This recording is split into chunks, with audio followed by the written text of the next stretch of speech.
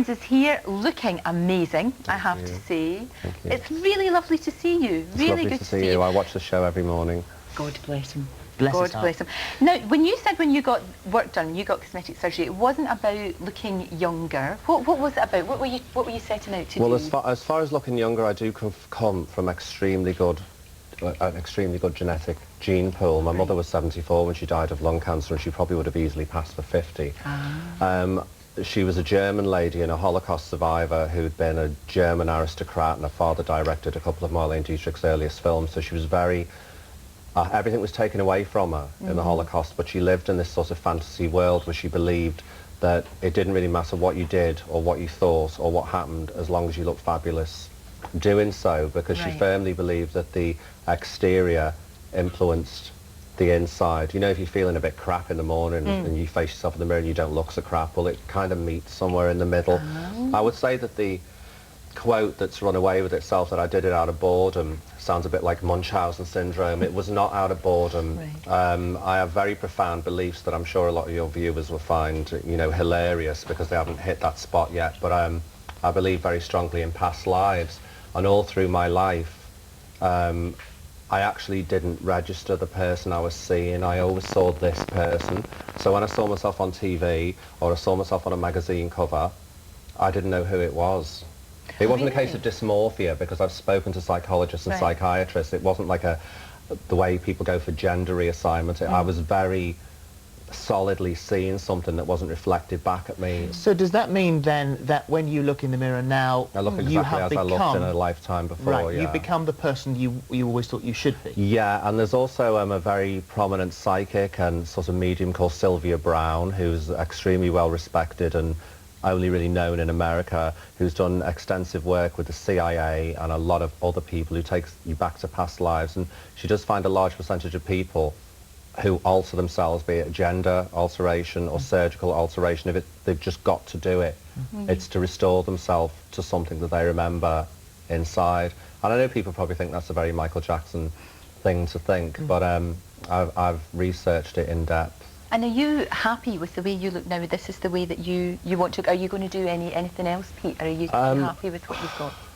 I'm completely happy with what I've got, and I've done everything very slowly. And although I'm not going to sit here and reel off a list of what's been done, it's a lot less than people would think. It was a point, I argued with somebody on live TV because they were going off about Michael Jackson saying he'd done everything. Well, I'm sorry, he hasn't done everything. It's his nose that's been altered and some really, really bad tattoo makeup. Because if you alter the nose and reduce it, everything looks larger. If you look at early photographs of Michael Jackson in the 70s, before the record company airbrushed them when he was a teenager, he had the same very prominent jaw, but that wasn't considered appropriate for somebody of his age, so they softened it down. But it genuinely, I do know a surgeon, and it is only his nose, and yes, it has been overdone, and it's a bloody disaster. It is. No, it is. But, you know, he's happy with it, and I don't really think the general public are educated enough or articulate enough to judge, particularly some of the journalists who write these things about him. They should take a good damn long look at themselves. But also those same people have had a fair pop at you occasionally, and people do. What's the sort of reaction in the street, and what do you say to people who say, you know, how could you do that to yourself? Look at I get a lot of really, really good responses, because I think I give off a general air of happiness with myself. It's just occasionally somebody who's completely retarded,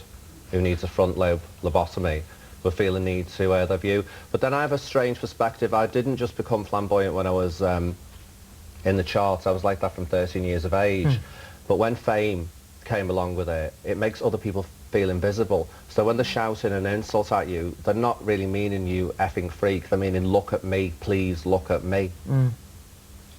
Your whole lifestyle, you've said that you consider yourself an artist and use your flesh as a canvas.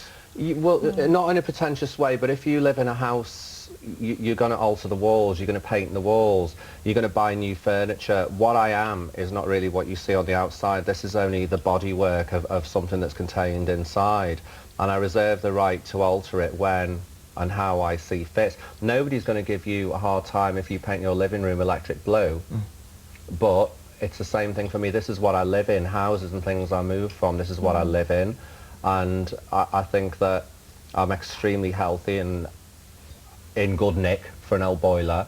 And I might as well adorn it. I just think, well, like Christmas trees, why not adorn? It was the jewellery, the tattoos. And the things like flowers, that. which are beautiful. You've got the most incredible eyes. You've Mother's got eyes, You've got nothing to be amazing done. eyes, very, very beautiful. But obviously what people will focus on is the work you've had done on your mouth. Lips, yeah. But that for you, you're happy with that. That's the way you've... It's kind of strange because, you know, I guess I don't even think if I'm happy with it. It was something that was absolutely necessary to be done for me, but it's kind of strange. The same people who are like, laugh at you on the street, then before you know it, they'll ask where you got it done. And I've worked only with a surgeon called Maurizio Vale, who's on the show a lot. Oh, he was on yesterday. Yes. Yeah, and you know, he sees it. This is not for everyone, but he understands my journey, and I'm awake when he does the things, and I supervise what he does, and he's wonderful. Unfortunately, Pete, we've got to wrap it up there because we're is about a to crash into the shame. weekend. Shame we didn't mention the Thank Pet you Shop so Boys much. single, Pet Shop Boys single coming out. and My Greatest Hits Evolution. There you are. See, Evolution. we did mention it. Evolution. Good Christmas present.